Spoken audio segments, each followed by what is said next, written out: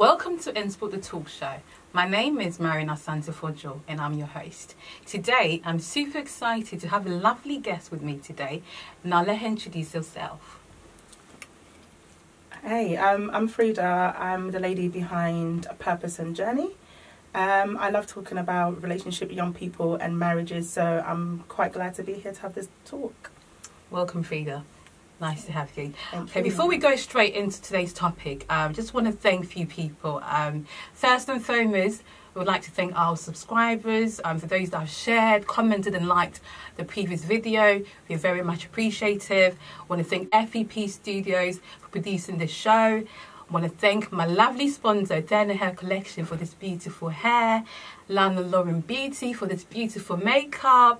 Also want to thank Glory International Christian Center in Dagenham and all branches. Reconciliation International, Peri Arena, MBG Group, and all my loved ones. Right, so Frida, let's just go straight into today's topic. So today's episode 2 of our recordings, and it's marriage versus weddings. Brackets, why do we marry? And the rise of divorce, especially within the African community. So in your own terms, what is marriage? What is wedding to you? For me, actually, the distinction between the two is quite simple. Marriage and weddings. A wedding is a ceremony of a marriage. So the wedding really is the contractual agreements, the contractual ceremony for the marriage. The marriage is the long life tag on that relationship, if that makes any sense. I do get that. So that's my understanding on those two. Okay, so do you feel that one is more important than the other, or do you feel they're both important? Do you know, the marriage is what you're living in. That's your long life journey. That's, do you know, we go through dating, relationship, courtship, and marriage is that ultimate step. That's the ultimate commitment. However, the wedding, it's the ceremonial kind of display of that, and the, you know, the locking down of the contract. Exactly. So as you all know, when it comes to these things, I always do my research. So I went out and just did the research. So there is a dictionary meaning to marry. So it says, as you said, legally accepted relationship between a man and a woman. These days you have unisex marriages as well. And this makes the partners involved husband and wife. And also it's a legal union, and, you know, made between those two people to live together. And yeah, so going on, most marriages involves an exchange of a wedding vows by the couples involved. A lot of them swear by the Bible, or if you're a Jewish person, it'll be a Torah, or if you're Muslim, it'll be the Quran. So it depends on your customs and also your religion.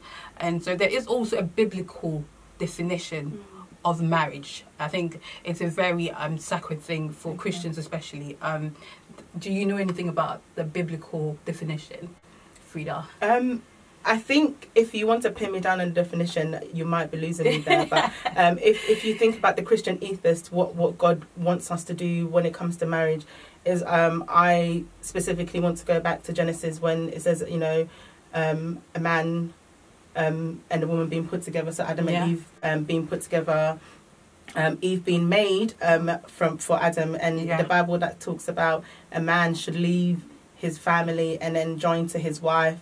And I've got a whole other statement about that. You've actually got what I've got here. So literally Genesis 2:24 talks about Adam and Eve's story. We all know that story. And, you know, they were made to be together because of loneliness. It wasn't good for man to be alone. And also, as you said, Genesis 2:24 also goes on to say that, you know, they become one flesh. So after the union, the husband and wife becomes one. And in Malachi 2:14, also in the Bible, it talks about, you know, leaving your parents' house to become one. So all of this is a holy covenant before God. Right. So then weddings, we've said, is a ceremony. You can see, you know, there has been a lot of, you know, question marks about how lavish people are doing their weddings these days. People are going broke. You know, so what do you feel like it's necessary for a marriage to have a wedding attached to it? I mean, we kind of touched on that, but do you think that going to the bank to get a loan for that, is it really worth it? I won't really say go to a bank and get a loan. I think the understanding of a wedding is key. That it's a ceremony. It's a public display of the marriage union, and it's a contractual agreement that you're entering. So that's when you have your vows being read, whether you're doing a church wedding or whatever wedding you choose, you have vows read. Whether it's a traditional marriage, you know, the families go into a contractual agreement. And that's necessary. That's publicly displaying your affection, your love, and your new journey that you're about to enter. As to getting a loan, no, please don't. No, don't do that. Don't bring a bag for that. And I think that has contributed to the rise of divorce. Yeah. We will get into that, but I mean, going back to what you said also, so it's the party, right? So everybody likes the party to be, some like it to be big, others very intimate. It all depends on the partners involved, and also I think the customs as well.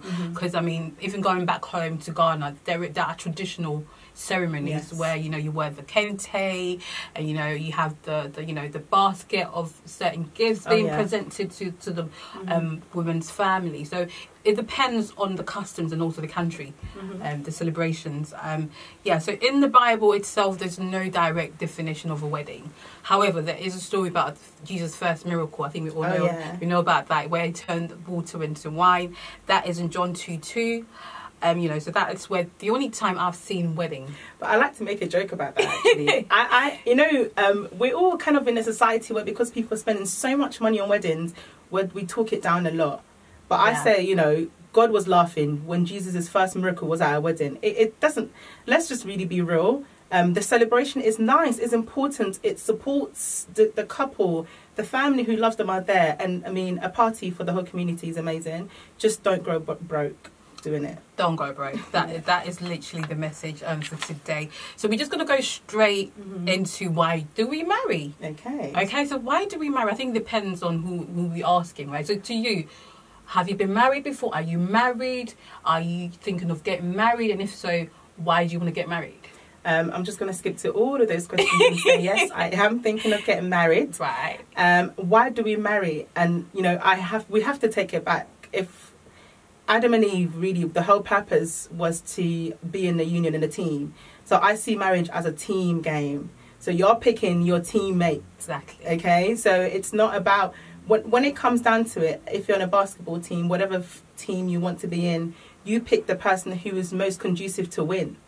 You didn't come to do this to lose. Right. So if for me, my ideas about marriage is to be in a team with someone that we support each other, and being a team means you have a common goal. There must be one thing that binds you guys together. So when the money's gone, when the car's finished, when the house has got burned down, God forbid, by some reason, you still got one goal that pulls you together, makes you wake up and wants to go and get it. That's a valid point. As in, teamwork is important, but find the right teammate, because you don't want to get the wrong teammate that will slack you down. If you want to go rock climbing and the girl doesn't want to wear trainers, that's the problem.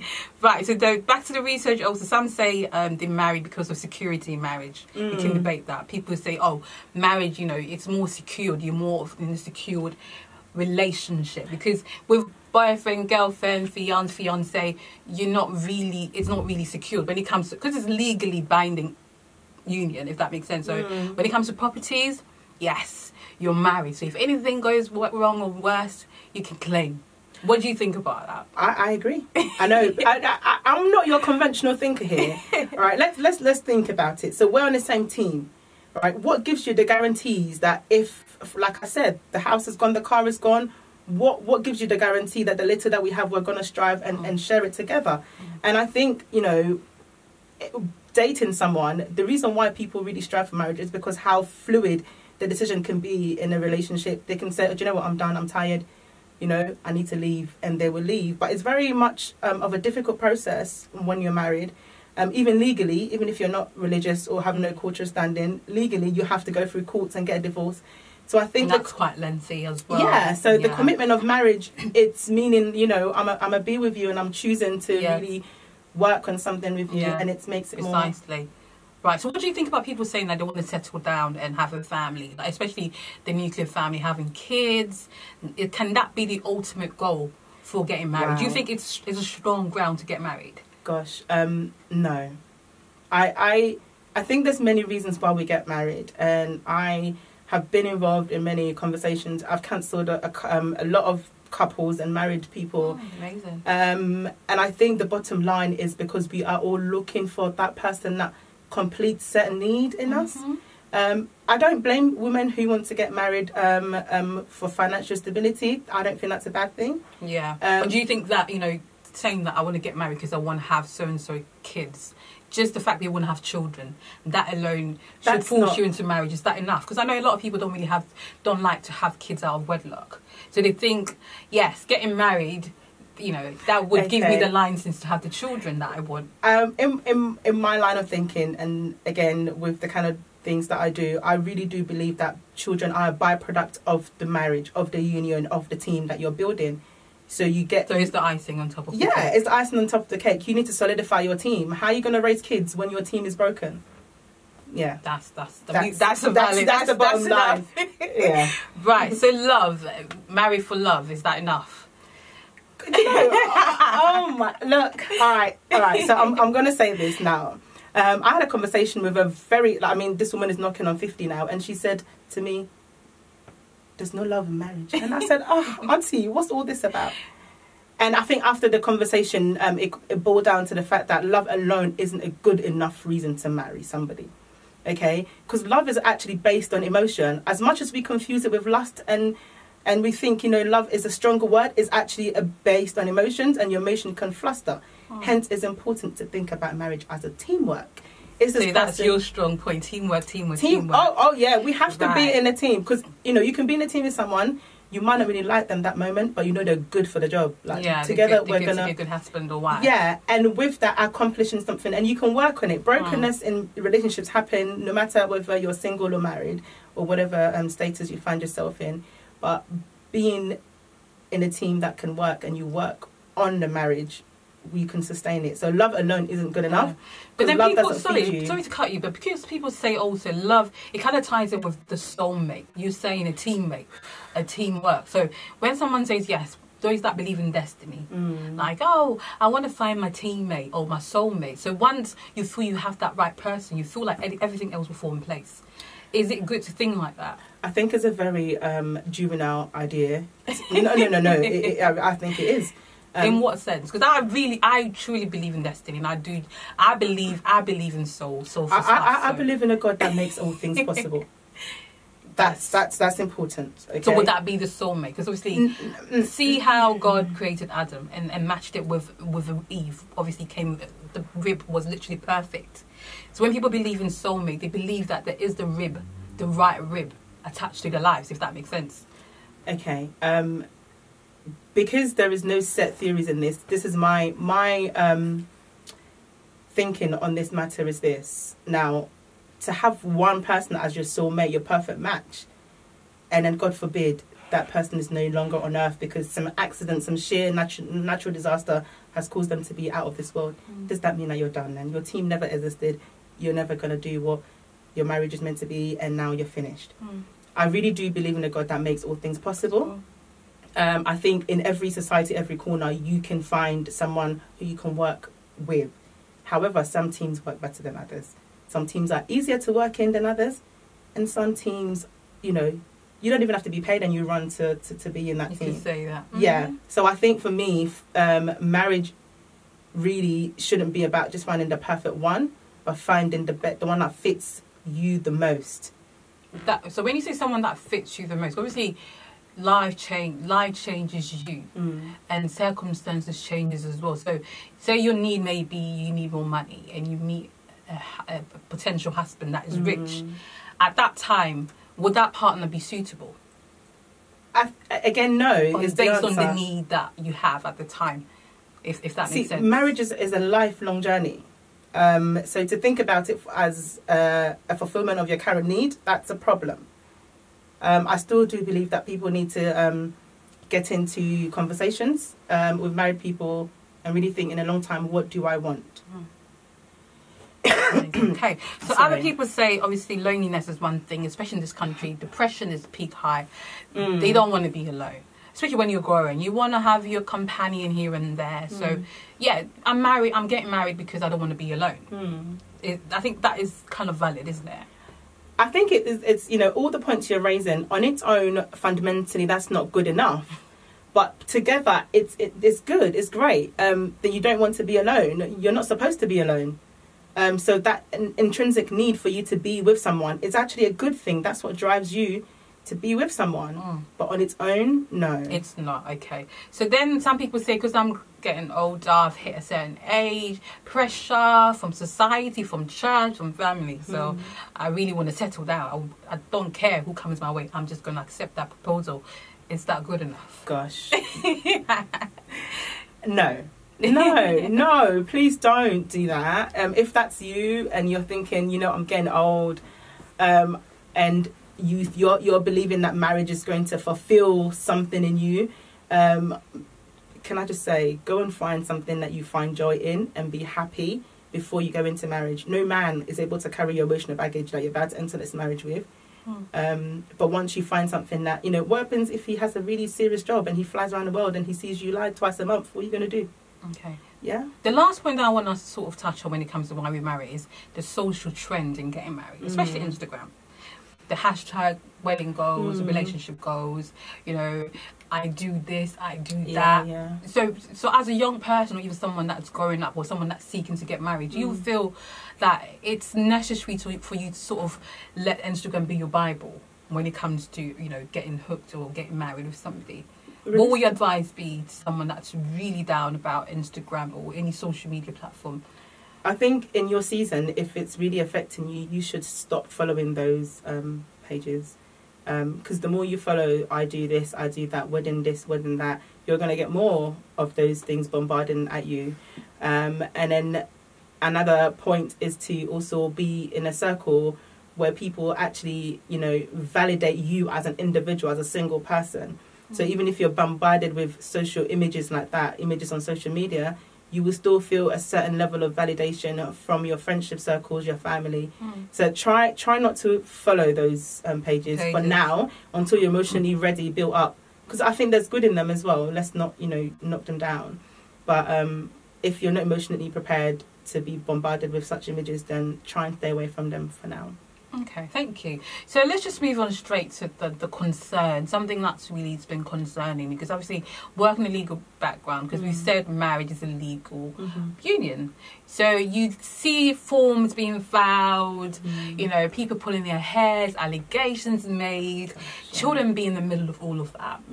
Why are people getting divorced after 5 years, after 6 years, after even 30 years? So what do you think is the cause of, you know, divorce?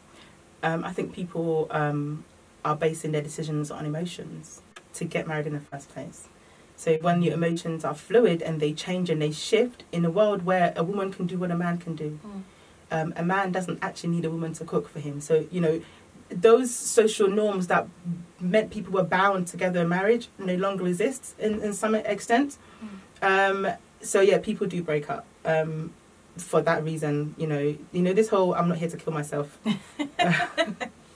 So it just shows where our mindset as a society has shifted to. That we don't feel like till death do us part. It's the standard. Yeah, and what's shocking is a lot of times it used to be the man that would serve a woman with a divorce, but now women are so quick to serve the man with a divorce. Yeah, the stigma is no more there to be a divorcee, and you can see a lot of women are just rushing to get the properties, have the kids on their side, especially those that try to manipulate the children when it comes to that kind of, like, you know, difficulty. So I feel that, you know, there's so much that communities or families need to tackle, especially when kids are involved, because they affect them at the long run, isn't it? It's difficult. I think it's no I don't know, but it's no secret that I was in a long-term relationship. I actually have a son, and I had to walk away from that traditional arrangement, and it's difficult on families and it's difficult on the children. But actually, from what I've learned, and the reason why I feel like I'm in a better position, and the reason why I do this constantly, is because you need to learn. You can't make the same mistakes. You need to learn from your grandma's mistake, your auntie's mistake. You need to learn. So on that point, I think people need to really empower themselves about learning. You know, somebody makes a joke about marriage and lifelong things are one of those things, is a test that you take but you never revise or learn for it. So why don't we start making steps about actually educating ourselves about things that might come up in marriage and things that we need to really look at before we go into marriage. I mean, the wedding is glorious. Your biological clock is ticking, but yeah. So you're saying the starting point needs to be right. Yeah. Because if your starting point is not right, if you're getting married for the wrong reasons, then obviously it's not going to stand the test of time. Because marriage is not really, I've not been there, but you hear it's not rosy. It's not rosy at all. And I think when I love the juvenile description of people's emotional decision making, because you are making it based on now, how the person look now, what kind of job they do, what do you think. We don't project enough into the future and think about sustainable relationship. Is this the man when he's grey and he can't wipe his own nose? Am I going to be passionate enough to be with him and do that for him? No, that's a realistic question. He is. What happens? No, if you're going in for the money, what happens when his money's gone and you're the one that has to work? Are you going to still respect him? So you need to think about those things. I think that's important. Right, let me just throw some stats in here before we conclude. So in the UK alone, 1st January of every year is dubbed as, do you know? That's a little quiz for you.